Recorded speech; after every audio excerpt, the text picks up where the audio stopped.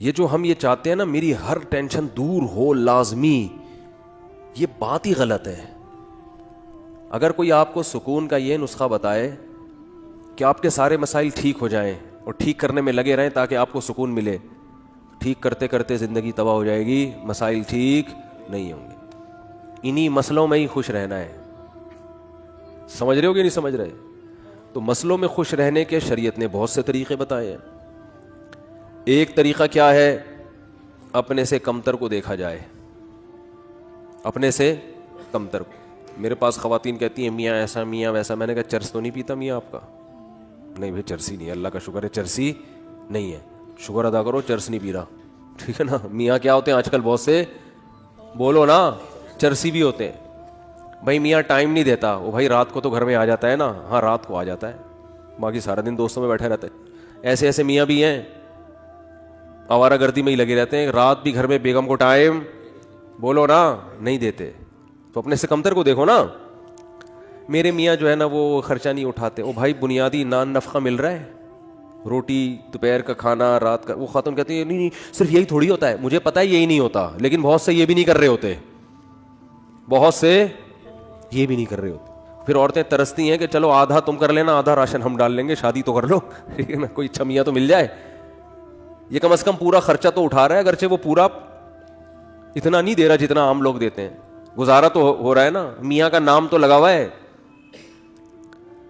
ساس کے مسئلے بہت گھروں میں ہیں، ساس یہ کرتی ہے، ساس وہ کرتی ہے. تو میں بتاتا ہوں ساسیں تو اس سے بھی زیادہ خطرناک ہوتی ہیں.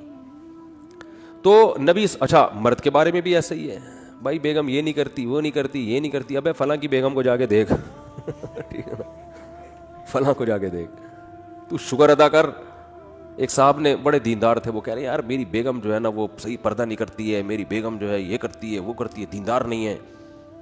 تو میں نے کہا یار نماز پڑھتی ہے؟ اس نے کہا. میں نے کہا موٹا موٹا پردہ کرتی ہے، ایسا تو نہیں بالکل ہی ماڈرن اور لڑکی بن کے اسکرٹ پہن کے جا رہی ہوں؟ کہہ رہے نہیں نہیں ایسے. میں نے کہا شکر کرو بھائی، ایسے ایسے لوگ ہیں خود دیندار ہیں، حاجی نمازی، بیگم صاحبہ سلیو لیس کپڑے پہن کے بازاروں میں گھومتی ہیں. تو شکر ادا کرو، چلو واجبی پردہ تو ہے نا کم از کم، زیادہ کے چکر میں بس گزارا چلاؤ. کیونکہ مسائل ہے نا، بڑی مصیبت سے بچنے کے لیے چھوٹی مصیبت کو برداشت کرنا پڑتا ہے. علیحدگی کے بعد بڑی مصیبتیں ہیں، وہ زیادہ ٹینشن ہے وہ. کیونکہ یاد رکھو شیطان جو ہے نا یہ بہت بڑی فلم ہے، آپ کو بتا دوں میں. شیطان اتنی بڑی فلم ہے نا کہ میں نے دنیا میں شیطان سے بڑی فلم نہیں دیکھی. یہ پتہ ہے کیا کرتا ہے کم بخت؟ جب آپ ساتھ رہو گے نا تو ایک دوسرے کی نیگیٹو چیزیں لے کر آئے گا سامنے. جس دن آپ میں علیحدگی ہوئی، آپ ایک دوسرے کی پازیٹیو چیزیں یاد دلاتا ہے. پھر یہ جن میاں بیوی میں بھی طلاقیں ہوئی ہیں نا، تو جب ساتھ رہ رہے تھے تو شوہر بھی بیوی کی نیگیٹو چیزوں کو، عورت بھی شوہر کی نیگیٹو چیزوں کو زیادہ دیکھ رہے ہوتے ہیں. یہ بھی نہیں کرتی، یہ بھی نہیں کرتی، وہ کہتی ہے یہ بھی نہیں کرتا، وہ بھی نہیں کرتا. جب طلاق ہوتی ہے نا، شیطان علیحدگی، پھر آدمی کہتا ہے یار اس میں تو یہ بھی کرتی تھی، یہ تو یہ بھی کرتی تھی، یہ تو یہ بھی. کہیں اور شادی ہو جائے گی نا، پھر آپ کہو گے یار پرانی والی کم از کم ایسی کمبخت تو نہیں تھی، اس میں اتنا تو شعور تھا یار. ٹھیک ہے تمیز سے بات نہیں کرتی تھی، لیکن یار اتنا تو تھا کہ اگر میں چائے کا بولتا تو چائے تو بنا کے دے دیتی تھی. یہ شیطان ہے. حالانکہ اب شریعت کہہ رہی ہے پرانی والی کو چھوڑو، اب نئی کی خوبیاں دیکھو. لیکن جب نئی ہوگی نا تو پرانی کی خوبیاں اور نئی کی خامیاں، اور وہ جب کہیں اور شادی کرے گی تو نئے والے کی خامیاں، پرانے والے کی خوبیاں. اور بتا بھی رہی ہوتی ہیں کہ آپ سے شادی ہو گئی، آپ جو ہے نا چلو جیسا بھی تھا میرا پرانا میاں، کم از کم جب بھی اس کو میں نے بولا خربوزے کا، اس نے خربوزہ لا کے مجھے دیا ہے، اور اچھی سبزی اچھی لاتے تھے وہ. ان کو تو ٹماٹر خریدنے نہیں آتے. یہ شیطان اتنی بڑی چیز ہے کہ آپ کو کیا بتاؤں میں. ہر چیز میں یہ کیا لے کے جاتا ہے؟ نیگیٹو. تو آپ نے شیطان کے الٹا چلنا شروع کر دو تو ہر چیز کیا ہو جائے گی؟ پازیٹو ہو جائے گی. تبلیغ والے کیا خاندانی مثال دیتے ہیں. یہ گوروں کے پاس یہ موٹیویشن کی چیزیں آپ کو نہیں ملیں گی.